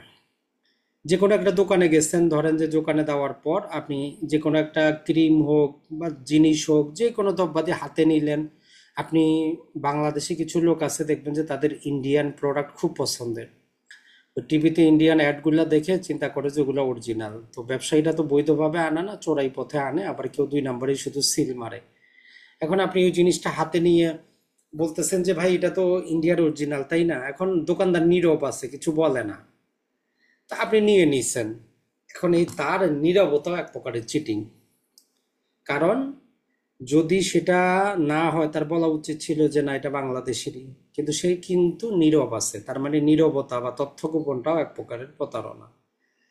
তাহলে আমরা প্রতারণাটা বুঝতে পারছি। প্রতারণার ক্ষেত্রে আপনাকে সেকশন নাম্বারটা জিজ্ঞেস করে কত নাম্বার সেকশন আছে, 415। তো ওভারঅল আমরা কি পাইলাম, 4টা উপাদান পাইলাম। একটা হচ্ছে কি, যে আপনাকে প্রলুব্ধ করবে আপনার সম্পত্তি কাউকে দিয়ে দেওয়ার জন্য, অথবা আপনারে প্রলুব্ধ করবে আপনি কারো কাছে টাকা পয়সা সম্পত্তি পাবেন যে থাকবে, নেওয়ার দরকার নেই। অথবা আপনারে প্রলুব্ধ করবে যে আপনি এই কাজটা করেন, কিন্তু স্বাভাবিকভাবে আপনি করতেন না। অথবা আপনারে প্রলুব্ধ করলো যে এই কাজ থেকে আপনি বিরত থাকেন, কিন্তু স্বাভাবিকভাবে আপনি থাকতেন না। এই 4টা জিনিস পাইলে আমরা বলবো যে আপনি, আপনার সাথে প্রতারণা ঘটছে। এখন আসি প্রতারণার ক্ষেত্রে, তারপরের 416 নাম্বার সেকশন বলতেছে যে ভুয়া পরিচয় দিয়ে প্রতারণা। তো বাংলাদেশে সবচেয়ে বেশি এটা হয়। দেখবেন যে কোনো অঞ্চলে বলে যে সে আর্মিতে চাকরি করে, মেয়েকে বিবাহ করে, 2 দিন পরে দেখা যায় যে সে 420 লোক। তো এটা কি হয়েছে, ওই মেয়ের সাথে কি ঘটছে, প্রতারণা ঘটছে।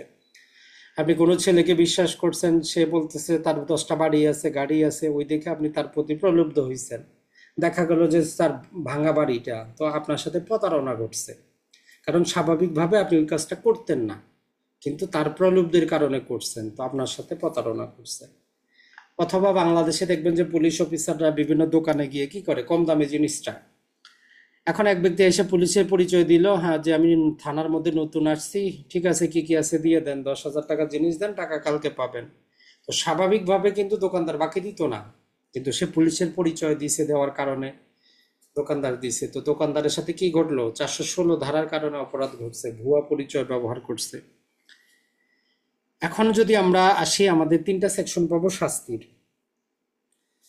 তাহলে আপনার সাথে যদি 415-তে যদি প্রতারণা ঘটে, তাহলে 417-তে শাস্তি 1 বছরের জেল অথবা জরিমানা, অথবা উভয়টা হতে পারে। আর ধরেন যে যার দায়িত্ব ছিল, যাকে আপনি দায়িত্ব দিয়েছেন কোনো একটা জিনিস করার জন্য, যাকে আপনি দায়িত্বশীল বানাইছেন, ওই বেচারাই আপনার সাথে প্রতারণা করে বসে আছে। আপনি কাউকে কোনো একটা জিনিস দিচ্ছেন, দায়িত্বে রাখছেন, সেই আপনার সাথে প্রতারণা করছে, তাহলে এটা শাস্তি 418-তে। আর সর্বশেষ হচ্ছে যদি ভুয়া পরিচয় দিয়ে যদি কেউ কি করে আপনার সাথে প্রতারণা করে 419। এই তিনটাই আপনার মনে রাখতে হবে, এখান থেকে মাঝে মধ্যে আসে। আর সর্বশেষ আসি আমরা 420। এটা আমরা সম্ভবত আপনি ছোট কাল থেকে ক্লাস 3-4 থেকে এই 420 ধারা কিন্তু জানেন। আসলে এই 420-র মধ্যে কি থাকে, প্রতারণা প্লাস সম্পত্তি দুইটা জিনিস কম্বাইন থাকবে। আপনার সাথে যদি কেউ প্রতারণা করে, ওইটাতে এটা জরুরি না যে প্রতিটা প্রতারণায় আপনি সম্পত্তি দিয়ে দিবেন, আপনি কোনো কাজ থেকে বিরত আছেন, ওইটাও একটা প্রতারণা। কিন্তু 420 হচ্ছে দুইটা জিনিসের কম্বিনেশন, প্রতারণাও ঘটবে এবং আপনি কোনো সম্পত্তিও কাউকে দিয়ে দিবেন অথবা নিবেন না। তাহলে এইরকম যদি হয় তাহলে আপনার শাস্তিটা 7 বছর পর্যন্ত হইতে পারে এবং সাথে জরিমানা। অথবা যেটা হইতে পারে, এইটা হচ্ছে শুধু আপনার ধরলাম যে আমরা প্রতারণা।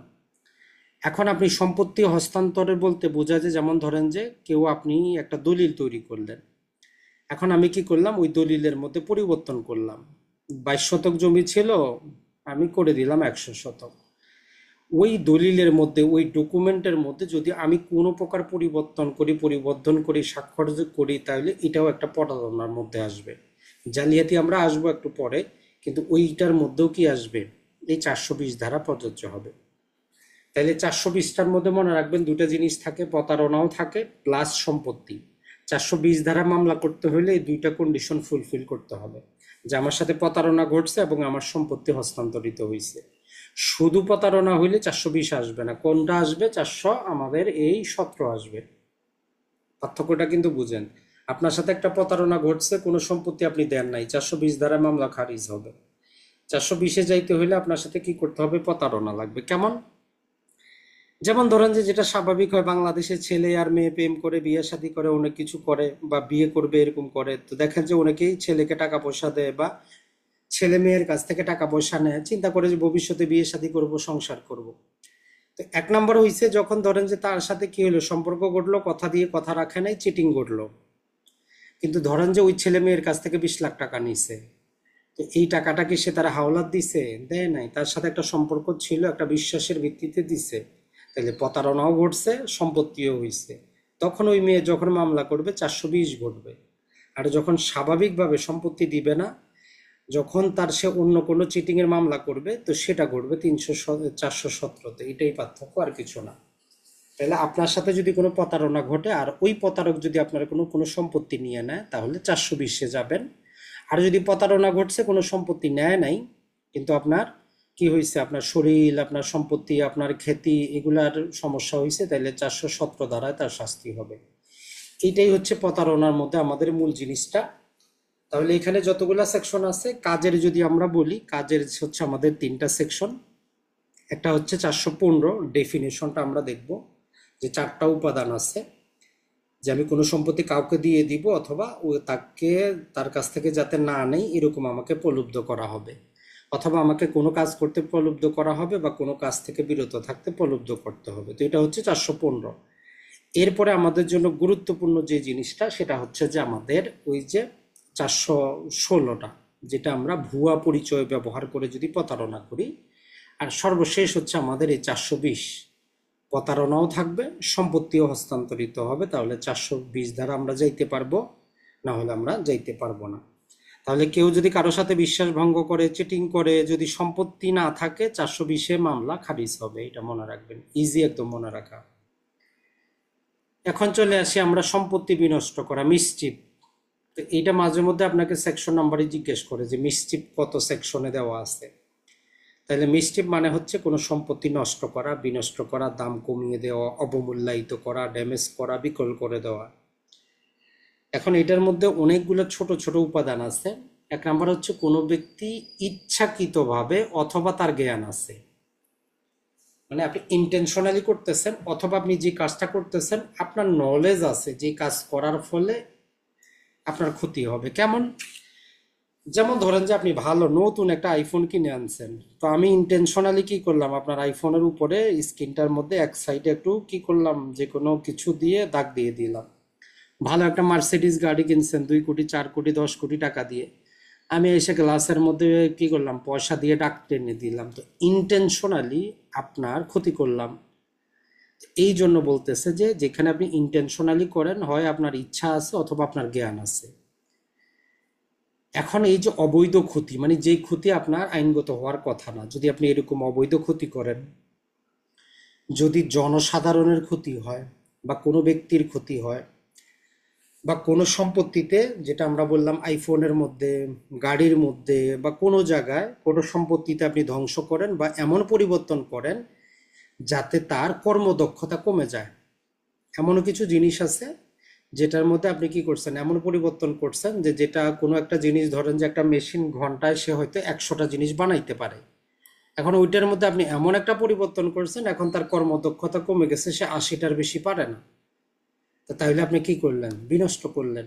তাহলে বিনষ্ট করা মানে যে একদম ধ্বংস করা এমন না, বিনষ্ট করার মানে হচ্ছে ধ্বংস করা, ক্ষতি করা, অবমূল্যায়িত করা, কর্মদক্ষতা কমিয়ে দেওয়া। এই টোটাল জিনিসটার নাম হচ্ছে মিসচিফ। সাধারণ শাস্তি 3 বছর।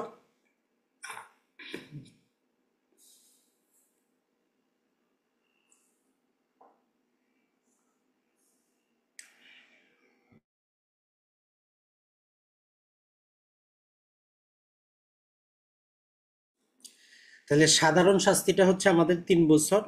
আর যদি আপনি প্রস্তুতি সহকারে গিয়ে যদি এই ক্ষতিটা করেন, একটা ছিল তো যে আপনি করছেন, আর একটা হচ্ছে যদি আপনি প্রস্তুতি সহ নিয়ে গেছেন যে তার এই ক্ষতিটা করবেন, সামনে পাইলে হয় তারে মৃত্যুর ভয় দেখাবেন, আঘাতের ভয় দেখাবেন, অথবা আটকের ভয় দেখাবেন, এই রকম প্রস্তুতি সহকারে গিয়ে যদি মিসচিট করেন, তাহলে আপনার শাস্তিটা 5 বছর হবে। আর পেনাল কোডের মধ্যে এইগুলো হচ্ছে একদম খুবই রেয়ার শাস্তি, এটা মনে রাখবেন। 5 বছর নর্মালি শাস্তি খুব কম আছে, সম্ভবত আর একটা কি দুইটা জায়গায় আছে এরকম শাস্তি খুব কম আছে, এইটা একটু মনে রাখবেন।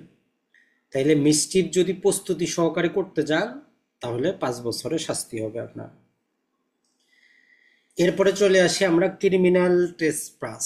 441 থেকে নিয়ে আমাদের মোটামুটি সম্ভবত 459 কি 60 পর্যন্ত সম্ভবত আছে। তো এটার মধ্যে আমরা আগে যেটা করি সেটা হচ্ছে ডেফিনেশনটা আগে আমরা দেখার চেষ্টা করি যে মিসচিফ কাকে বলে। 441 হবে আমাদের, যখন কোনো ব্যক্তি অন্যর সম্পত্তিতে প্রবেশ করে, আর এই প্রবেশের পিছনে তার 4টা উদ্দেশ্যের যে কোনো একটা উদ্দেশ্য থাকলে আমরা বলবো যে আপনি কি করছেন, আপনি এক্ষেত্রে অপরাধমূলক অনুপ্রবেশ করছেন, ক্রিমিনাল ট্রেসপাস করছেন। 1 নাম্বার, যদি আপনার কোনো অপরাধ করার ইচ্ছা থাকে, অথবা আপনি কাউকে ভয় দেখানোর জন্য গেছেন, অথবা তাকে ইনসল্ট বা অপমান করার জন্য গেছেন, অথবা তাকে অ্যানোয়িং বা বিরক্ত বোধ করার জন্য গেছেন। তাহলে আপনি যখনই ধরেন যে কারো বাসায়ও গেলেন, স্বাভাবিকভাবে সে আপনারে ঢুকতে দিবে না। আমি ধরেন যে আপনার অপরিচিত আপনার বাসায় গেলে আপনি নর্মালি আমরা হয়তো জিজ্ঞেস করবেন কি জন্য আসছি, কিন্তু আমি উদ্দেশ্য হচ্ছে আপনার কোনো অপরাধ করা, আপনাকে ভয় দেখানো, আপনাকে অপমান করা, বিরক্ত করা, তাইলে আমি আপনার ক্রিমিনাল ট্রেসপাস করে বসে আছি। অথবা যেটা বলতেছে যে আমি তো গেছি আপনার অনুমতি নিয়ে, ধরেন যে আপনার দাওয়াত দিয়েছেন, জন্মদিন, বিয়ে শাদী, গেছি আপনার বাসায়, শান্তি মতো খাওয়া দাওয়া করলাম, এখন সন্ধ্যাবেলার আগে সবাই চলে গেল, আমি এখন যাচ্ছি না, আমি বসে আছি। তার বৈধভাবে প্রবেশ করে যদি আমি বের না হই, এটাও ক্রিমিনাল ট্রেসপাস। দুই দিক থেকে চিন্তা করবেন, একটা হচ্ছে যে ঢোকা, আর একটা হচ্ছে বৈধভাবে গেলাম, আপনারই দাওয়াতে গেলাম, আপনারই অনুমতিতে গেলাম, কিন্তু আমি বের হচ্ছি না, এটাও হচ্ছে ক্রিমিনাল ট্রেসপাস। আর 445 যেটা বলে হাউস ট্রেসপাস, বলে যে 6 প্রকারে ভাবে যদি আপনি কোনো গৃহে প্রবেশ করেন, ওইটারা আমরা বলবো যে হাউস ট্রেসপাস। এই 6 প্রকারটা অনেক কনফিউজিং, তো এমসিকিউর জন্য আপনার দরকার নাই, জাস্ট প্রকারটা মনে রাখবেন। যেমন ধরেন যে স্বাভাবিকভাবে মানুষ যেখান দিয়ে প্রবেশ করে না, আপনি কারো দরজা জানালা ভেঙে প্রবেশ করলেন, আপনি টিনের উপর দিয়ে কেটে প্রবেশ করলেন, মাটির মধ্যে আপনি গর্ত করে প্রবেশ করলেন, পিছনের দরজা দিয়ে প্রবেশ করলেন, পার্কিংয়ের গেট দিয়ে প্রবেশ করলেন, তো এরকম 6 প্রকারের জিনিস আসতে, এরকম করে যদি আপনি প্রবেশ করেন ওইটারে বলবো যে আমরা হাউস ট্রেসপাস। তো এই হচ্ছে টোটাল আমাদের পেনাল কোডের যে আমরা সম্পত্তির বিরুদ্ধে যে অপরাধগুলো আমরা জানি। তো আপনার দায়িত্ব হচ্ছে যে আগে আপনি ডিটেলে যাবেন না, সর্বপ্রথম দায়িত্ব হলো যে টোটাল আমরা যে 11টা নাম বললাম, প্রথমে বাংলা নামটা মুখস্থ করবেন, নিজের মতো আয়ত্ত করবেন, এরপরে ইংরেজি নামটা আয়ত্ত করবেন, এরপরে যেই যে সেকশনের ডেফিনেশনটা দেওয়া আছে, যেমন 378, 383, 390, 405, তারপরে 403, 404, 410, 415, 425, 441, এইটা আগে আয়ত্ত নিবেন। যখন এইটা আপনার হয়ে যাবে এরপরে আপনি একটা একটা করে উপাদানের মধ্যে যাবেন। প্রতিটার উপাদান আয়ত্তে আসলো তখন যেই শাস্তিগুলোর কথা বললাম ওই শাস্তিগুলো পড়েন। এইভাবে আপনি যদি ধারাবাহিকভাবে পড়তে পারেন আপনার জন্য যথেষ্ট। কিন্তু আপনি একসাথে পড়তে গেলে দেখবেন যে বিরক্ত লাগবে, পড়তে মন চাবে না। তো আশা করি টেকনিকগুলো কাজে লাগাবেন, অনেকদিন মনে